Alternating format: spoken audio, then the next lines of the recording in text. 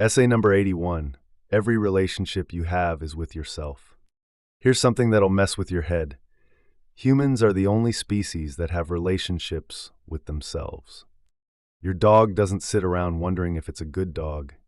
Your cat doesn't have an identity crisis.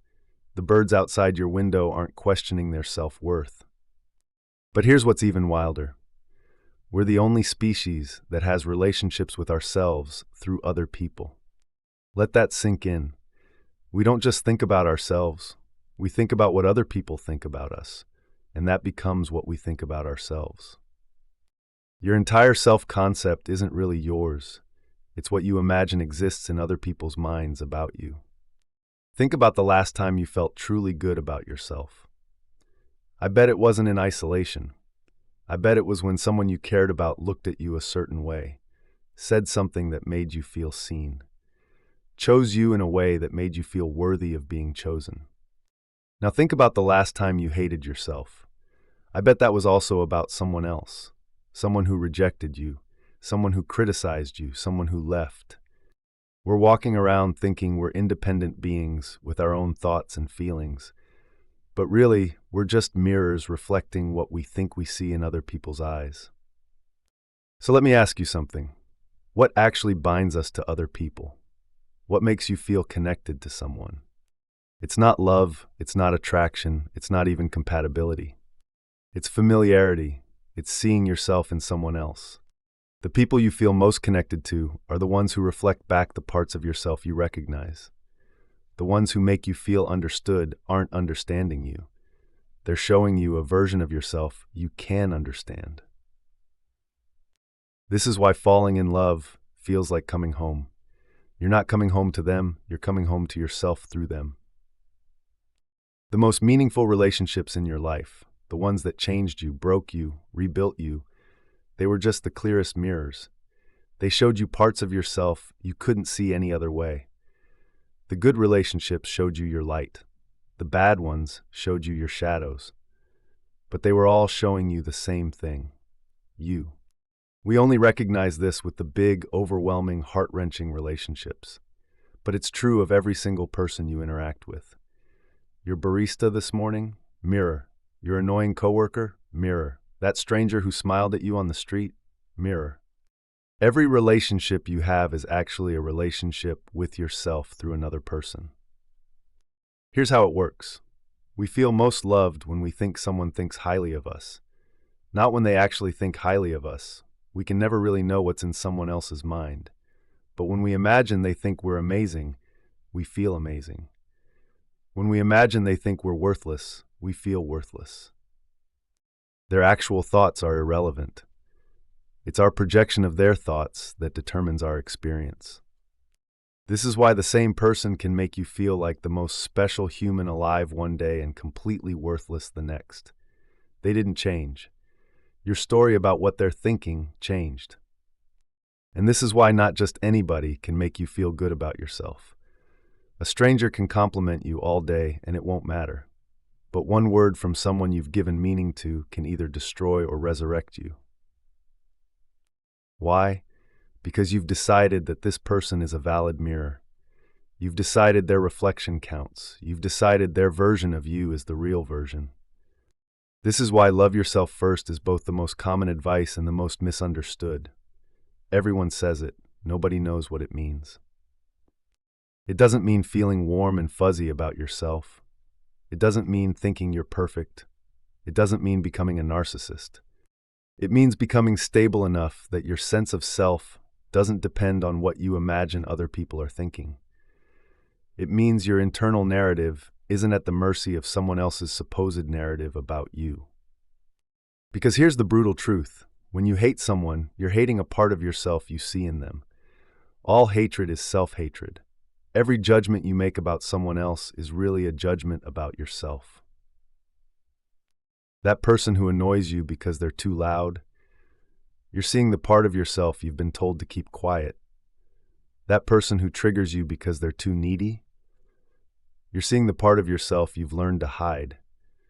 That person you can't stand because they're too confident, you're seeing the part of yourself you won't let shine. This is why heartbreak destroys us the way it does. It's not because we lost someone else, it's because we lost ourselves. When someone leaves, they don't take themselves with them. They take the version of you that you became through their eyes. They take the story you were telling yourself about yourself through them. They take the identity you built on the foundation of their supposed approval. We cannot actually lose people. People aren't possessions. They're not objects we can hold on to or lose. We can only lose ourselves in the idea of them.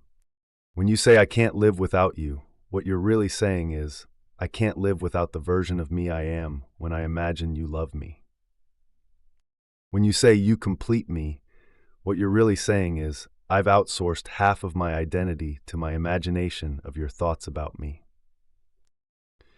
When you say, "You broke my heart," what you're really saying is, "The story I was telling myself about myself through you has collapsed." Here's the most liberating thing you can realize. We are all one consciousness, experiencing itself through billions of different perspectives. Each person you meet is just another fragment of the same light, reflecting on you in exactly the way you need to see what you need to see. But the light is always your own. Every person who's ever made you feel alive, that was your aliveness being reflected back. Every person who's ever made you feel loved, that was your love being reflected back. Every person who's ever made you feel worthy, that was your worth being reflected back. They didn't give you these things. They showed you what was already there. The people you feel like you can be yourself around aren't creating a safe space for you. They're reflecting back the safety that already exists within you. The people who make you feel at home aren't providing a home. They're showing you that you are the home. It's always yourself you find at the end of every journey. Every relationship leads back to you. Every love story is actually about self-discovery. Every heartbreak is just you breaking open to meet yourself more fully.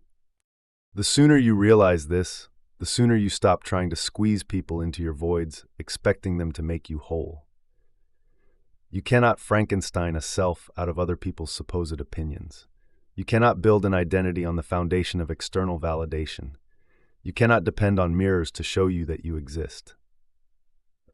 The sooner you face yourself directly, without the intermediary of other people's real or imagined thoughts, the sooner their actions stop controlling your internal state. Their leaving doesn't destroy you because your selfhood isn't dependent on their staying. Their criticism doesn't define you because your worth isn't determined by their approval. This doesn't mean you become an island. It doesn't mean you stop needing people. It means you stop needing people to be yourself. Relationships don't exist to give you eternal happiness. If they did, everyone in a relationship would be happy, and everyone single would be miserable.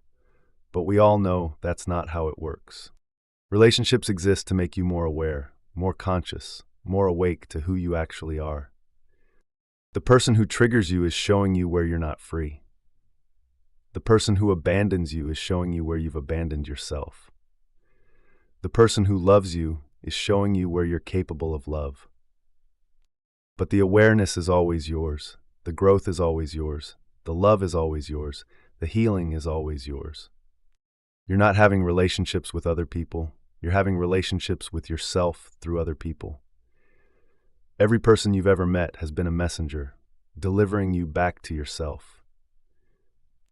Some messages are gentle, some are brutal, some are wrapped in love, some are wrapped in pain, but they're all saying the same thing. Look at yourself, see yourself, know yourself, be yourself.